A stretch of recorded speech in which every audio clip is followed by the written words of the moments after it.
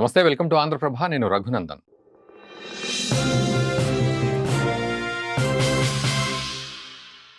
So Shanghai cooperation organisation మీట్కి సంబంధించే ఇప్పుడు వార్త చర్చల్లోకి వచ్చింది. అక్కడికి ప్రధాని మోదీ వెళ్ళడం, మరోవైపు రష్యా ప్రెసిడెంట్ వ్లాదిమిర్ పుతిన్తో, చైనా ప్రెసిడెంట్ జీ జిన్పింగ్తో కలిసి మాట్లాడడం, అక్కడ కలియదిరగడం, ఇవన్నీ కూడా ఇప్పుడు పూర్తిగా చర్చకు వచ్చాయి.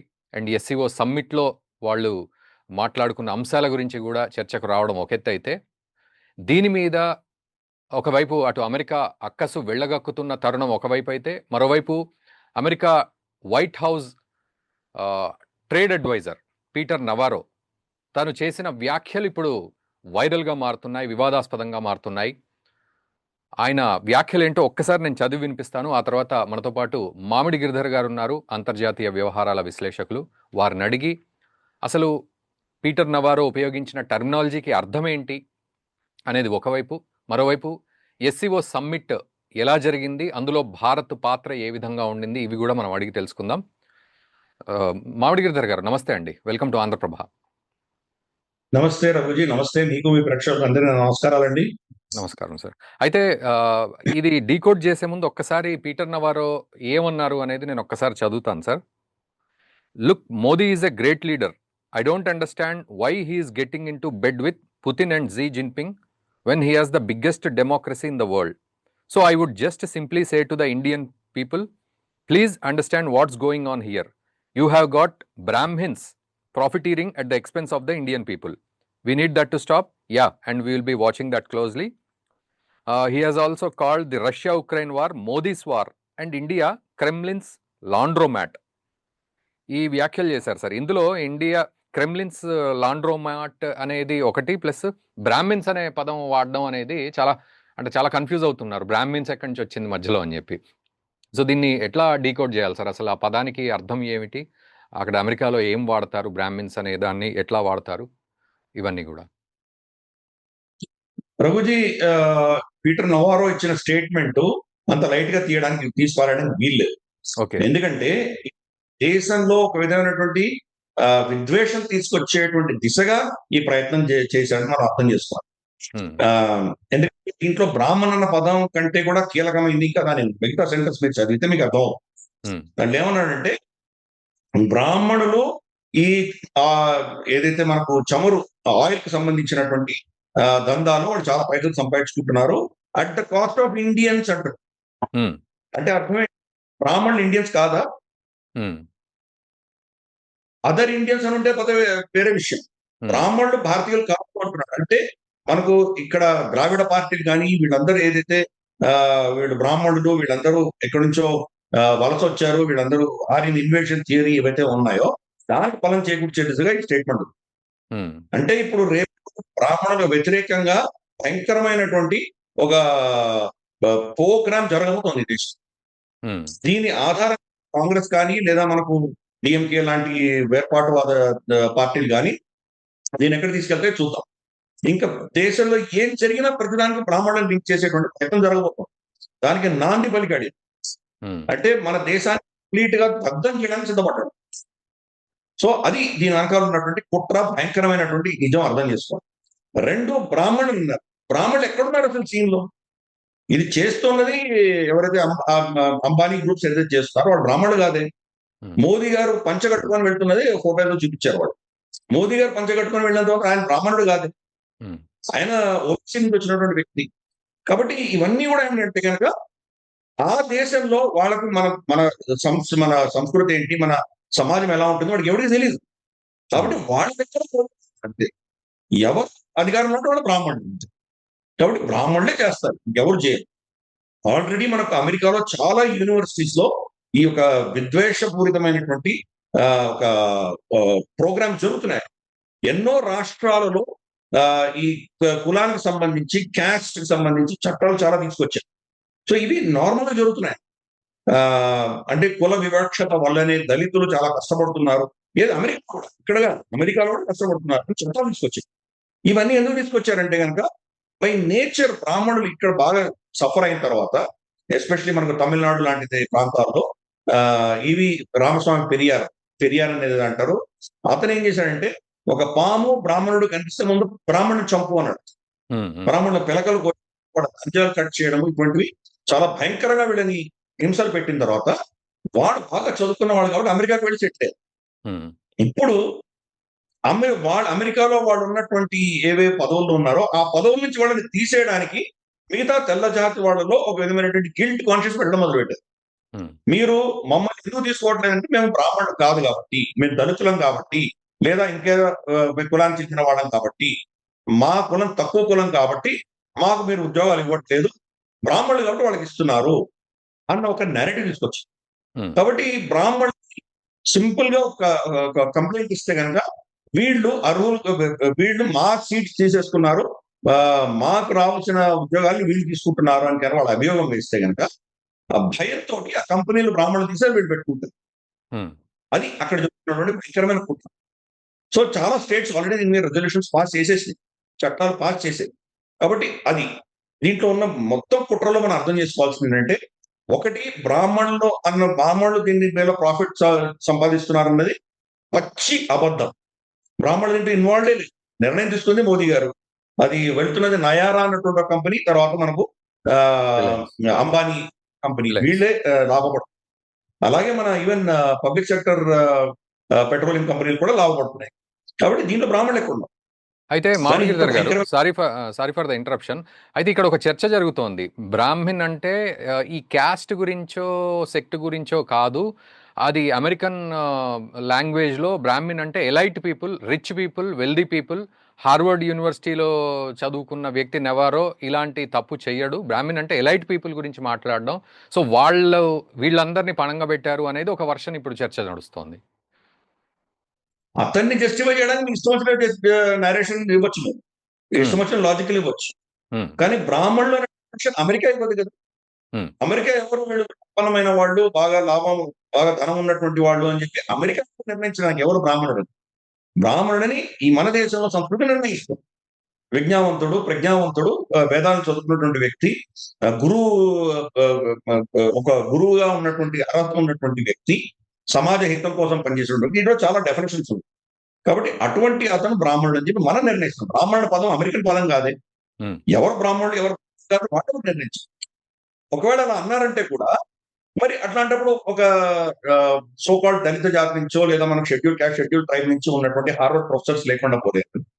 మరి వాళ్ళు కూడా బ్రాహ్మణులు పరిగెడుతున్నారా మీరు? అంటే వాళ్ళని కూడా దూషిస్తున్నారా మీరు? సో మరి దీనికి హిపోక్రసీకి అర్థం లేదు కదా. సో బ్రాహ్మణేతరులు ఎవరెవరైతే అక్కడ ఉన్నారో, ప్రొఫెసర్స్ గా ఉన్నారో వాళ్ళు కూడా బ్రాహ్మణులని తీర్చిదిద్దుతారా? అందుకని ఇది ఒక కుట్రపూరితమైన స్టేట్మెంట్ తప్ప ఇంకేమీ కాదు. రెండు విషయాలు, ఒకటి బ్రాహ్మణులు ఎవరో తెలిసినా కానీ తెలిసి ఇతను చేస్తున్నాడా, తెలిసి అదే పనిగా మాట్లాడుతున్నాడా, పెద్ద డేంజరస్ ఇష్యూ. రెండు, తెలియకుండా మాట్లాడుతున్నాడంటే తెలియనప్పుడు మాట్లాడే అర్హత నోరు మూసుకోవాలి. సో రెండు విషయాల్లో కూడా అర్థం చేస్తుంది చాలా భయంకరమైన తప్పు. దీనిని ఇమ్మీడియట్ గా మన దేశంలో పొలిటికల్ పార్టీస్ అడ్వాంటేజ్ గా తీసుకోవాలి. అదే టార్గెట్ చేయాలి బ్రాహ్మణుల్ని. ఎందుకంటే ఇక్కడ భారతదేశంలో మనకు తెలుసు బ్రాహ్మణులు ఒకటే అంటే కనుక మనకు ప్రజలకు అందరూ వాళ్ళ స్తోమత ఏంటో అందరికీ తెలుసు కాబట్టి బ్రాహ్మణ్ బనియా అని మొదలు, లేదా బీజేపీ బ్రాహ్మణ పార్టీ కాబట్టి వీళ్ళే దీని నష్టాలే కుట్ర చేస్తున్నారని ఒక నేరేటివ్ తీసుకొస్తారు. దీనివల్ల స్ట్రైట్ అవే సంతోషించేటువంటి మొదటి పార్టీ డిఎంకే, తర్వాత నెక్స్ట్ అఖిలేష్ యాదవ్, తర్వాత రాహుల్ గాంధీ. వీళ్ళు ముగ్గురు కూడా ఈ నేరేటివ్ ముందుకు తీసుకెళ్ళబోతున్నారు. ఎందుకంటే ఆల్రెడీ మనం చూసాం, మనకు డొనాల్డ్ ట్రంప్ వచ్చేసి డెడ్ ఎకానమీ అని భారతదేశాన్ని తిట్టినప్పుడు కరెక్ట్, ఇది నిజంగా చచ్చిపోయిన ఎకానమీ అన్నటువంటి మొట్టమొదటి వ్యక్తి ప్రపంచవ్యాప్తంగా రాహుల్ గాంధీ. మనకు జీడిపి గత క్వార్టర్లో 7.8% గ్రోత్ ఉంది, కానీ డెడ్ ఎకానమీ అని చెప్తున్నటువంటి వాడు రాహుల్ గాంధీ. అంటే ఎవరికి పని చేస్తున్నాడో అర్థం చేస్తున్నాడు. కాంగ్రెస్ ఏ భాష మాట్లాడుతుందో ఈ రోజు పీటర్ నవారో అదే భాష మాట్లాడు. అంటే భాష మాట్లాడమని చెప్పి రాహుల్ గాంధీకి ఎవరు చెప్తున్నారో ఇప్పుడు తేటతెల్లమైంది, స్పష్టమైంది. రాహుల్ గాంధీ చెప్తున్నట్టుగా లేదనుకొని డైరెక్ట్ గా అమెరికాని బడిలో దిగిందంటే ఎంత దారుణమో అని అర్థం చేసుకోవచ్చు. సో ఇది కీలకమైన అంశం. రెండు, biggest democracy, why are you in bed with Putin and Xi అంటారు. అమెరికా ఏం చేస్తుంది? అమెరికా మీరు అలాస్కాకి పిలిచి బ్రహ్మరథం పట్టారు కదా మీరు, మరి are you not in bed with Putin? Putin మీద ఏమైనా మీరు టారిఫ్లు పెంచారా? పెంచలేదు కదా. మీరు ఎప్పుడో చిన్న ఐలాండ్స్ వనువాటు, కిరిబాటి వాటి మీద కూడా 20%, 30%, 40% ట్యాక్స్లు వేశారే. మరి రష్యా మీద ఎందుకు ట్యాక్స్లు వేయలేదు? మీరు షీ జిన్పింగ్ ఎందుకు 90 రోజులు మీరు గడువు ఇచ్చారు? భారతదేశానికి గడువు ఇవ్వాలి, మీరు 50% వేశారు, కానీ వాళ్ళకి ఎందుకు గడువు ఇచ్చారు? Who is in bed with that? ఈ రోజు రష్యాని కానీ షీ జిన్పింగ్ కానీ ఎందుకు పుట్టట్లేదు డొనాల్డ్ ట్రంప్? కాబట్టి ఇది హిపోక్రసీ అంటే మనకు స్పష్టంగా అర్థమవుతుంది. భారతదేశాన్ని వీళ్ళు యూఆర్ ఇన్ బెడ్ అనడం, కానీ మీరు చేస్తున్నది ఎగ్జాక్ట్ కాదు. దాన్ని వెస్టర్న్ హిపోక్రసీ అంటారు. వెస్టర్న్ హిపోక్రసీ ఏంటంటే వాళ్ళు చెప్పే నీతులు ఒకటి, చేసేది కంప్లీట్ ఆపోజిట్ చేస్తారు. వాళ్ళు చెప్పే నీతులు వాళ్ళకి వర్తించు, ప్రపంచానికంతా వర్తిస్తుంది. అదే నీతి ప్రకారం ఇంకోటి నడుచుకుంటే వాడు తప్పండి. డెమోక్రసీ మన దేశంలో ఉందంట. అదే డెమోక్రసీ పద్ధతిలో అలాగే మెజారిటీ ఎవరు ఓటు ఇస్తే వాళ్ళు గెలిచి దేశాధినేత అయ్యేటువంటి సిస్టమ్ కనుక మిగతా దేశాలు పాటిస్తే దాన్ని మెజారిటేరియన్ ఆటోక్రసీ అని పేరు. డెమోక్రసీ వాళ్ళ దేశంలో ఉంటే ఇప్పుడు డొనాల్డ్ ట్రంప్ ఏం చేస్తున్నాడు? పర్ఫెక్ట్ ఆటోక్రసీ కదా, ఎవడు మాట వింటున్నాడు? వాళ్ళు చట్టాన్ని పరిగణ తీసుకోవట్లేదు, చట్టాన్ని బేఖాతరు చేస్తున్నాడు. ఆవిడ లిసా కుక్ని పీకేశాడు. 14 సంవత్సరాలు అక్కడ ఉండాలి అక్కడ ఫెడరల్ బ్యాంక్ లో, ఫెడరల్ ఫెడ్ అంటారు కదా, అమెరికన్ ఫెడ్. దాంట్లో ఆవిడ 14 ఏళ్ళు పనిచేయాలని ఆవిడ 2 ఏళ్ల క్రితం ఆవిడకి అపాయింట్మెంట్ వచ్చి 2038 దాకా ఉంటుంది ఆవిడ. కానీ ఆవిడ పీకేశాడు. ఆవిడ పీకే అధికారం ఆయనకు లేదు, అది ఇండిపెండెంట్ బాడీ, చట్టం అతన్ని పర్మిట్ చేయదు, పీకేశాడు ఆవిడని. సో కాబట్టి ఎవరు ఆటోక్రాటిక్ గా పనిచేస్తారు? ఇష్టానుసారం ఇన్ని దేశాల మీద టారిఫ్లు వేసినందుకు వాళ్ళ కోర్టే ముట్టింది. నీకు అధికారం లేదు, ప్రపంచంలో 190 దేశాల మీద టారిఫ్లు వేసే అధికారం నీకు లేదు. చట్టం ప్రకారం 15 రోజులు వేయొచ్చు, 15% కంటే ఎక్కువ వేయడానికి వీల్లేదు, 150 రోజుల కంటే ఎక్కువ వేయడానికి వీల్లేదు. ఇంత విస్తృతంగా ట్యాక్స్ వేయడానికి నీకు అధికారం లేదు, ఓన్లీ మన కాంగ్రెస్ నిర్ణయించారు అని వాళ్ళ దేశంలో ముట్టికెళ్ళి ఆటోక్రాటిక్ ఎవరు పనిచేస్తున్నారు? కాబట్టి వాళ్ళు నిర్ణయించిన రూల్స్ ప్రకారమే ఇంకొకరు పాటిస్తే అది వాళ్ళకి నచ్చట్లేదు. ఇప్పుడు రష్యా నుంచి కొనుగోలు చేసేటప్పుడు దానికి ఒక లిమిట్ పెట్టారు. ఎవరైనా రష్యా నుంచి కొనుక్కోవచ్చు, కానీ $60 పర్ బ్యారెల్ కంటే కూడా ఎక్కువ పే చేయడానికి వీలు లేదు అన్నారు. ఎందుకంటే ప్రపంచంలో ఈ రోజు చమురు ధర $80 పైన ఉంది ఒక బారెల్కి. కాబట్టి వాళ్ళకి $60 రావాలి, $20 కట్ చేశాను. మనం 55కే కొంటున్నాం, ఆ 60 కూడా 5 తక్కువ కొంటున్నాం మనం, అయినా మనం దోషులు. అంటే దాని అర్థం ఏంటి? మీరే అన్నారు కదా 60 కంటే ఎక్కువ కొనడానికి వీల్లేదు అన్నారు. మేము 60 కంటే తక్కువే కొంటున్నాం కదా, మీకెందుకు బాధ? అంటే వాళ్ళ రూల్స్ని పాటించిన వాళ్ళు కూడా తట్టుకోలేకుండా ఉన్నారు. అంత హిపోక్రసీ. కాబట్టి పీటర్ నవారో కంటే ఒక మూర్ఖుడు, ఏమంటారు, చాలా డేంజరస్ డీప్ స్టేట్ వ్యక్తి ఇంకోటి లేడు. అతను మాట్లాడేది ఇప్పుడు మోదీ ద్వారా అంటారు. స్టార్ట్ చేసింది ఎవరు? ఫస్ట్ అమెరికా స్టార్ట్ చేసింది. ఎందుకు? NATO expansion. మనకు నేటోకి తర్వాత సోవియట్ యూనియన్ కి మధ్యలో చర్చలు జరిగి సోవియట్ యూనియన్ కొలాప్స్ అయిపోయిన తర్వాత వీళ్ళు అష్యూరెన్స్ ఇచ్చారు వెస్టర్న్ దేశాలన్నీ కూడా, నేటోని మేము ఈస్ట్ వర్డ్ ఎక్స్పాన్షన్ చేయము. అంటే ఈస్ట్ అంటే యూరోప్ లో ఈస్ట్, ఇప్పుడు ఉన్నటువంటి ఈస్టర్న్ దేశాలు, పోలాండ్, తర్వాత మనకి యుక్రెయిన్, తర్వాత మనకు లిథువేనియా, ఎస్టోనియా, ఇవైతే మొల్డోవో, ఇవన్నీ కూడా ఈ ప్రాంతాల్లో మనం ఎక్స్పాండ్ చెయ్యము అని చెప్పి వాళ్ళు అష్యూరెన్స్ ఇచ్చారు. అందుకని ఏం చేసిందంటే ఈ దేశాల్లో ఉన్నటువంటి న్యూక్లియర్ వెపన్స్ అని రష్యా తీసేసుకుంది. యుక్రెయిన్ లో న్యూక్లియర్ వెపన్స్ ఉండే, అవన్నీ రష్యా తీసేసుకుంది. పైపెచ్చు ఈ ప్రాంతాన్ని అంతా బఫర్ జోన్ గా వదిలేస్తాం మేము రామని చెప్పారు. క్రమే పాకడం మొదలుపెట్టారు. లిథువేనియా, ఎస్టోనియా, లాట్వియా మూడింటిని నేటోలో చేర్చుకున్నారు. తర్వాత స్వీడన్, ఫిన్లాండ్ చేరిపోయినాయి. తర్వాత యుక్రెయిన్ తీసుకునే ప్రయత్నం చేస్తున్నారు. యుక్రెయిన్ తీసుకునే ప్రయత్నం చేస్తారు, అప్పుడు ఇంకా రష్యా వచ్చి కాల్ నో వే ఆపుతున్నామని చెప్పి కాలు అడ్డం పెట్టారు. యుద్ధం మొదలైంది. యుద్ధం కూడా చాలా తర్వాత మొదలైంది. 2014లోనే వీళ్ళు వెళ్ళి మైదాన్ రెవల్యూషన్ అని చెప్పి విక్టోరియా న్యూలాండ్, ఒక అమెరికాకు సంబంధించినటువంటి ఒక అధికారి, ఆవిడ వెళ్ళి 2014లో అక్కడ ప్రజలచే ఎన్నుకోబడినటువంటి డెమోక్రటికలీ ఎలక్టెడ్ గవర్నమెంట్ ని ఒక రెవల్యూషన్ లాగా చూపించి పీకేశారు. అక్కడి నుంచి సత్తా నుంచి తీసి వీళ్ళకు ఒత్తాసు పలుకుతున్న వ్యక్తిని తీసుకుని పెట్టారు. మళ్ళీ కొద్ది రోజుల తర్వాత అతన్ని కూడా తీసేసి పోయి జెలెన్స్కీని పెట్టారు. జెలెన్స్కీకి పాలన శక్తి ఏముంది? ఏమీ లేదు. ఇతను ఒక కమెడియన్ గా పనిచేసేవాడు ఇద్దరు మీడియాలో, అతన్ని తీసుకొచ్చి పెట్టారు. అతను ఏం చేస్తున్నాడు? ఇప్పుడు అమెరికా యొక్క పైసల్ని రీరూట్ చేస్తుంది, హవాలా పనులు చేస్తున్నాడు. అంత అది ఏం చేయట్లేదు. అతనికి ఏం తెలుసు దేశాన్ని ఎలా నడిపించాలి, ఏ విషయాలు ఏం తెలుసు? అమెరికానే నడిపించింది. యుద్ధం మొదలుపెట్టింది మీరు, యుద్ధం నడిపిస్తున్నది మీరే. 2022లోనే ఆల్రెడీ రష్యాకి యుక్రెయిన్ మధ్యలో ఒక విధమైనటువంటి ఒప్పందం కుదిరితే జో బైడెన్ ప్రభుత్వం దాన్ని ససేమిరా మీరు ఆపడానికి వీలు లేదు. వాళ్ళకి అస్త్రాలు ఇచ్చుకుంటూ పోయారు. అమెరికాలో తయారవుతున్న కొత్త కొత్త అస్త్రాలన్నీ వాళ్ళకి రష్యాకి ఇచ్చారు. రష్యాని ఏదో విధంగా ముక్కలు చేయాలి అని చెప్పి వాళ్ళు నిర్ణయించున్నారు. ఎందుకంటే రమారమి 300 సంవత్సరాల నుంచి యూరప్ రష్యాతో పోరాడుతుంది. రష్యా ఎప్పుడు కూడా యూరప్ తో పోరాటం చేయలేదు.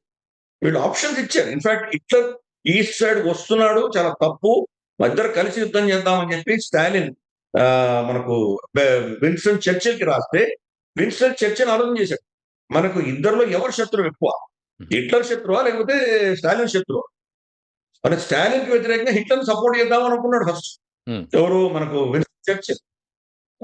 ఈస్టర్న్ యూరోప్, పోలాండ్ అవన్నీ వెళ్తుంటే వాళ్ళు కాలు కూర్చారు, ఏం మాట్లాడలేదు. వాళ్ళ దేశాలు వీళ్ళకి అప్పుడు వాళ్ళు వెలిగింది. ఫైనల్ గా వాళ్ళు సోవియట్ యూనియన్ తో వాళ్ళు ఒప్పందం చేసుకోవాల్సి వచ్చింది. అందుకని అలైడ్ ఫోర్సెస్ లో సోవియట్ యూనియన్ చాలా కీలక పాత్ర.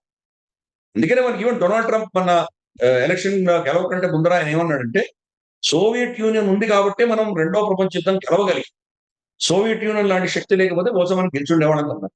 ఇన్ఫాక్ట్ ఈ యుద్ధం అనేది సోవియట్ యూనియన్ గెలిచింది. బర్లిన్ వాళ్ళు కబ్జా చేసుకున్నారు. హిట్లర్ సోవియట్ ఆర్మీ వస్తేనే, రెడ్ ఆర్మీ వస్తేనే అతను సూసైడ్ చేసుకుని చనిపోయాడు. వీళ్ళు అలైడ్ ఫోర్సెస్ వచ్చేసరికి అయిపోయింది, బర్లిన్ వాళ్ళ చేత పడిపోయింది. కాబట్టి ఈ చరిత్ర తెలుసుకోవాలి. మనకు సోవియట్ యూనియన్ అయిన తర్వాత శత్రువులు లేరు, వీళ్ళకి వెస్ట్ శత్రువులు లేరు. అయినా కానీ నేటోని వాళ్ళు డిస్మాంటిల్ చేయాలి.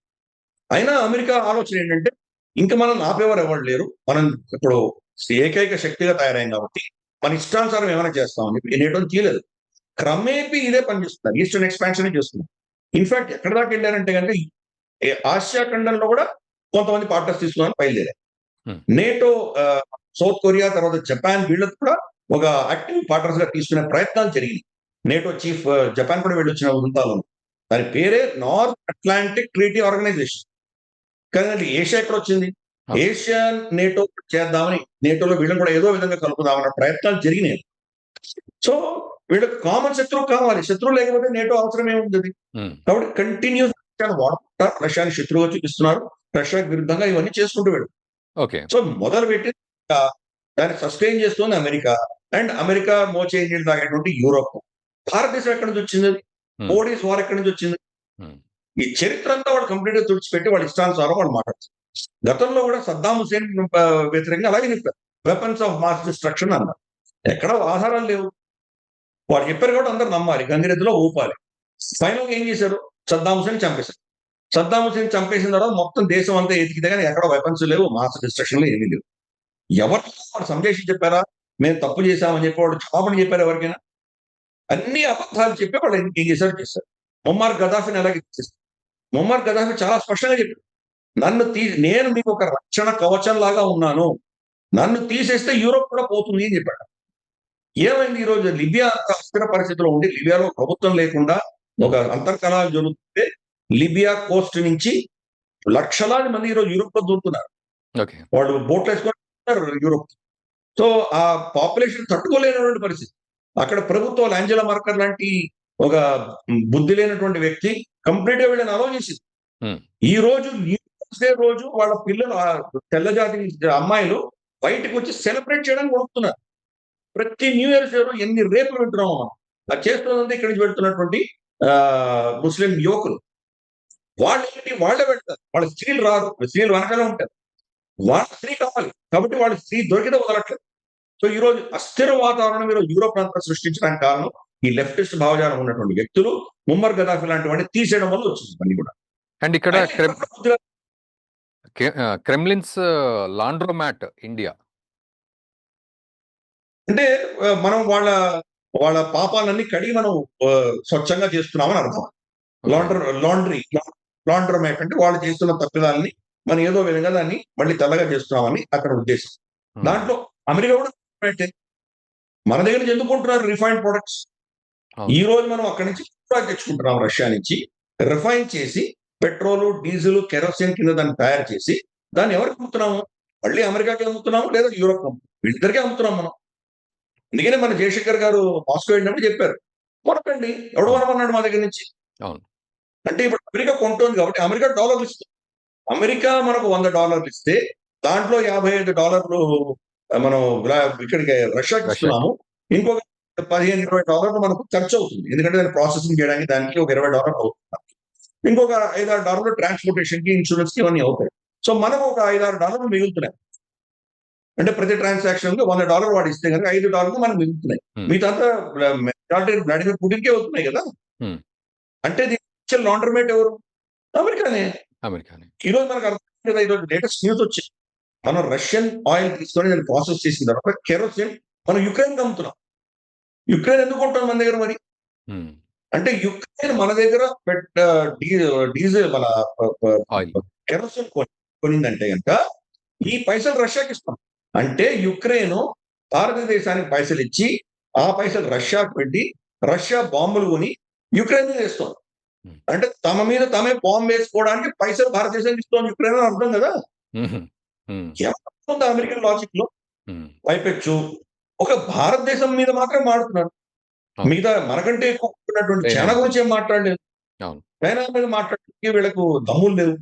ఎందుకంటే చైనా రేర్ ఎర్త్ మినరల్స్ ఆపేసిందంటే గనుక వీళ్ళ మొత్తం ఎకానమీ బిగించుకుపోతుంది. హ్మ్. అలాగే యూరోప్ ఏం మాట్లాడలేకపోతుంది. రైట్? యూరోప్ వాళ్ళ దగ్గర ఇంత గ్యాస్ కొంటున్నారు. ఇప్పటికి కూడా రష్యా దగ్గర నుంచి గ్యాస్ కొంటున్నారు. హ్మ్. కానీ వాళ్ళే తప్పు చేయట్లేదు. మనమే తప్పు చేస్తున్నాం. హ్మ్. మనం ఎంత కొంటున్నాం ఎవరు రమారమి ఎంత కొంచెం తక్కువ మోతాదులో టర్కీ కొంటాం. మరి హ్మ్. వాళ్ళ మీద ఎందుకు ఆంక్షలు విధించలేదు? అంటే ఒక విషయం అర్థం చేసుకో. ఈరోజు డొనాల్డ్ ట్రంప్ మన మీద వేసినటువంటి 65% అదనపు సుంకం ఏదైతే ఉందో, రష్యన్ ఆయిల్‌కి ఏమీ సంబంధం లేదు అని అర్థం చేసుకో. అవునవును. హ్మ్. ఒకవేళ రష్యన్ ఆయిల్ మనం వాళ్ళ దగ్గర కొనడం వల్ల వీళ్ళకేదో ఇబ్బందొచ్చి మన మీద ఇటువంటి ఆంక్షలు విధించదలుచుకుంటే, బ్లాంక్ రష్యా నుంచి ఏ దేశం కొన్నా వాళ్ళకందరికి 25% వర్తిస్తుంది అని చెప్పండి. హ్మ్. ఎందుకు భారతదేశం మాత్రమే మాట్లాడింది, ఇటెందుకు మాట్లాడలేదు? ఈరోజు గత 6 నెలలుగా మాక్సిమం ఫాస్టెస్ట్ వాళ్ళ దగ్గర నుంచి రష్యా నుంచి కొనుగోలు చేస్తున్నటువంటి ట్రేడ్ గ్రోత్ అమెరికా ఉంది. అమెరికా 20% ఎక్కువ కొనింది. అవును. భారతదేశం ఏదో 10% ఇంక్రీజ్ చేసుకుంటున్నాం. కానీ వీళ్ళు 20% ఇంక్రీజ్ చేశారు. వాళ్ళు వాళ్ళ మీద వాళ్ళే యాక్షన్ విధించుకోవాలి కదా! అవును. అందుకని ఈ విషయం అర్థం చేసుకోవాలి. మన మీద ఈరోజు అడిషనల్ టారిఫ్స్ వేసింది రష్యన్ ఆయిల్‌కి సంబంధించిన విషయమే కాదు. పీటర్ నవారో లాంటి వాళ్ళింకా మన బాసే చెప్పాడు కదా! ఇంక రెచ్చిపోదామని వాడు రెచ్చిపోతున్నారు. అంతే. అంతే. అంతే. అంతకు మించి హ్మ్. ఏం లేదు. యాహ్! ప్లస్ పర్సనల్‌గా హర్ట్ అయ్యాడు. ఎవరు? Donald Trump.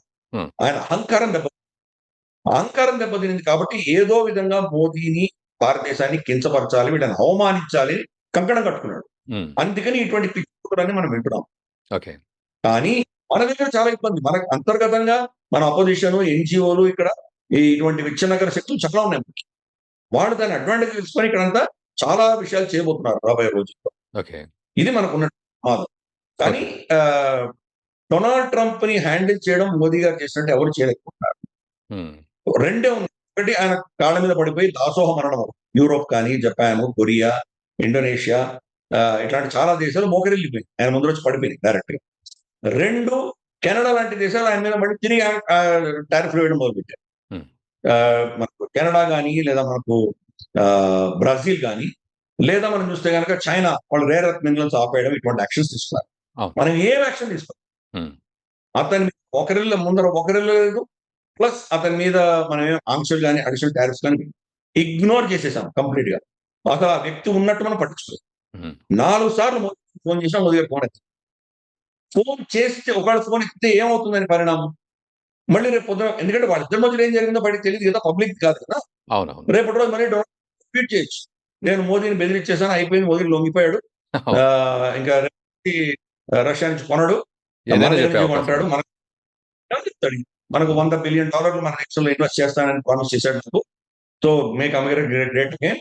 మేము అమ్మే సరుకులకి భారతదేశంలో ఒక్క టాక్స్ కూడా ఉండదు. వాళ్ళ అగ్రికల్చర్ అంతా ఓపెన్ అప్ చేసేసాడు అని స్టేట్మెంట్ ఇచ్చేస్తాడు అంతే. హ్మ్. అది నేను 100 దగ్గరలు వెళ్ళినా గాని కూడా అదెవరు వినరు కదా! మన దేశంలో అపోజిషన్ అయిపోయాడు సరెండర్ మోదీ అని మొదలుపెడతారు.